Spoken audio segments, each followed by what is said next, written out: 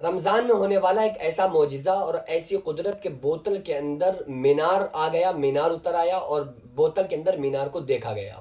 یہ آپ نے سوشل میڈیا پر بہت زیادہ دیکھا ہوگا کہ ایک بوتل ہے نا،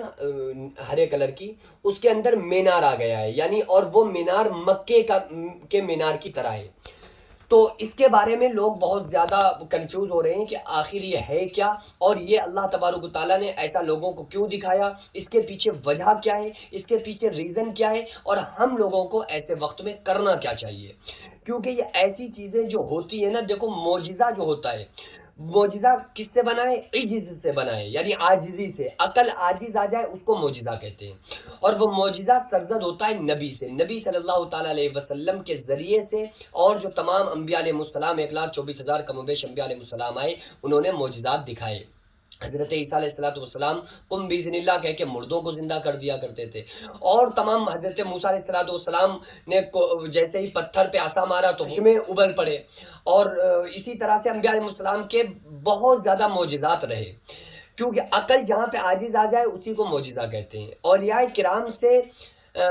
کرامات کا صادر ہونا، یہ بھی حدیث میں ملتا ہے کہ اولیاء کرام سے کرامات صادر ہوتی ہیں، یعنی اولیاء کرام ایسی اچنبے والی چیزیں ایک دم اچانک اللہ تبارک و تعالیٰ کی طرف سے، اللہ کے حکم سے اور اللہ کی مرضی سے اولیاء کرام کچھ ایسی چیزوں کو دکھاتے ہیں جنہیں عقل دیکھ کر حیران ہو جاتی ہے۔ تو بہرحال یہ جو چیز ہے، تو اس کو جو لوگ بہت زیادہ اللہ کی قدرت بیان کر رہے ہیں کہ اللہ کی قدرت ہے، اور یہ معجزہ ہے بہت بڑا رمضان کا، کہ دیکھو کس طرح سے اس کے اندر بوتل کے اندر مینار اتر آیا۔ میں زیادہ لمبی چوڑی بات کیے بغیر ایک بات آپ سے کہنا چاہتا ہوں، اس میں مینار نہیں بلکہ مکہ اور کعبہ اور مدینہ اور عرش اور پوری کائنات اتر آئے نا، تو بھی یہ کوئی معجزہ نہیں ہو سکتا، تو بھی یہ کوئی کرامت نہیں ہو سکتی۔ آپ اس پر ذرا غور کریں گے نا تو آپ کو سمجھ میں آئے گا کہ اس بوتل کو جب کسی بھی آپ سورج کے سامنے لائیں گے تو اس کا عکس اس کے اندر نظر آئے گا، کیونکہ کبھی کبھی بوتل میں اپنی شکل نظر آتی ہے نا، آپ یوں کر کے دیکھو تو اس کو آپ کو اپنی ہلکی ہلکی جھلک نظر آئے گی، لیکن جب کچھ نہیں اس میں دکھے گا، آپ پر کسی بھی روشنی کے سامنے آپ اس کو لائیں گے، سورج کے سامنے لائیں گے تو اس کی شعاعیں پڑیں گی اور اس کے اندر اسی کا عکس بن جائے گا۔ اچھا ایک بات بتاؤ، اللہ تعالیٰ اس کے ذریعے سے آپ کو کیا دکھائے گا، کیا دکھانا چاہے گا؟ اللہ تعالیٰ تو کہہ رہا ہے نا، الیوم اکملت لکم دینکم واتممت علیکم نعمتی ورضیت لکم الاسلام دینا۔ اللہ تعالیٰ نے تم پر دین مکمل کر دیا۔ جب دین ہی مکمل ہو گیا تو معجزات کی ضرورت کیا ہے کہ معجزات اب نبی کو دکھائے؟ اور ضرورت اگر ہوتی تو پہلے نبی کی ضرورت ہوتی نا، تو خاتم النبیین ہمارے نبی صلی اللہ علیہ وسلم ہے۔ نبوت کا دروازہ ہمارے آقا صلی اللہ تعالیٰ علیہ وسلم کے اوپر بند ہو گیا، نبی اب کوئی نہیں آ سکتا، ہمارے نبی آخر الزماں محمد صلی اللہ علیہ وسلم ہے۔ ہاں ولی قیامت تک آتے رہیں گے، لیکن اولیاء کرام بھی جو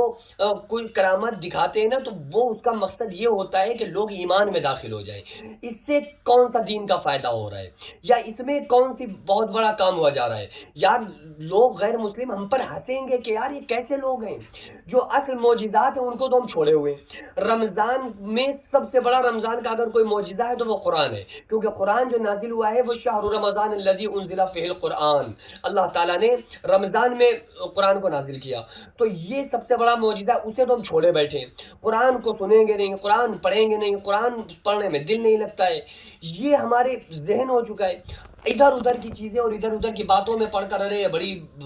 قدرت ہو گئی، بڑا یہ ہو گیا، بڑا وہ ہو گیا، میرے بھائی ان تمام چیزوں سے نکل کر آؤ، یہ اصل نہیں ہے، حقیقت نہیں ہے۔ ہمارا دین اسلام ان بوتلوں کے عکس پر ٹکا ہوا نہیں ہے۔ ہمارے نبی صلی اللہ تعالیٰ علیہ وسلم نے ایمانیات کی 8 باتیں بتا دی ہیں کہ آمنت باللہ وملائکتہ وکتبہ ورسلہ والیوم الآخر والقدر خیرہ وشرہ من اللہ تعالی والبعث بعد الموت، کہ ایمان لایا اللہ پر، رسولوں پر، فرشتوں پر، اچھی بری تقدیر پر، موت کے بعد اٹھائے جانے پر، ان تمام چیزوں پر ہمارا ایمان ہے۔ تو ہم کو چاہیے کہ ہم اپنا فوکس اصل پر رکھیں، جو اصل چیزیں ہیں ہم ان تمام چیزوں کو تو دیکھتے نہیں ہیں، سمجھتے نہیں ہیں، بے بنیاد باتوں میں پڑھ کر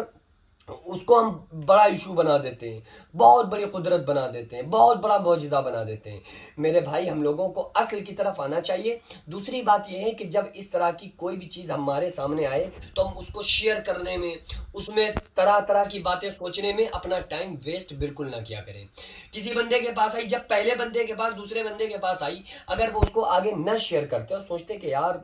یہ اس چیز کی کوئی اصل نہیں ہے اور اس کو وہیں پر روک دیتے، تو یہ بات پہنچتی ہی نہیں لوگوں تک۔ لیکن انہوں نے سمجھا رہے یار دیکھو کتنی بڑی کرامت ہو گئی، دیکھو اس کے اندر عکس آ گیا مینار کا، انہوں نے شیئر کرنا شروع کر دیا، تو میرے بھائی سے کیا فائدہ ہے؟ اس سے کوئی فائدہ نہیں ہے۔ اصل ہمارے پاس قرآن موجود ہے، رب کا دین موجود ہے، مصطفیٰ صلی اللہ علیہ وسلم کی شریعت موجود ہے۔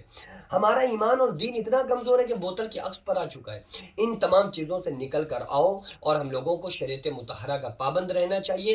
اور ہم تمام لوگوں کو چاہیے کہ اللہ رب العالمین کی بارگاہ میں دعا کریں کہ اللہ تبارک و تعالیٰ رمضان میں کی گئی ہماری عبادتوں کو اپنی بارگاہ میں قبول فرمائے۔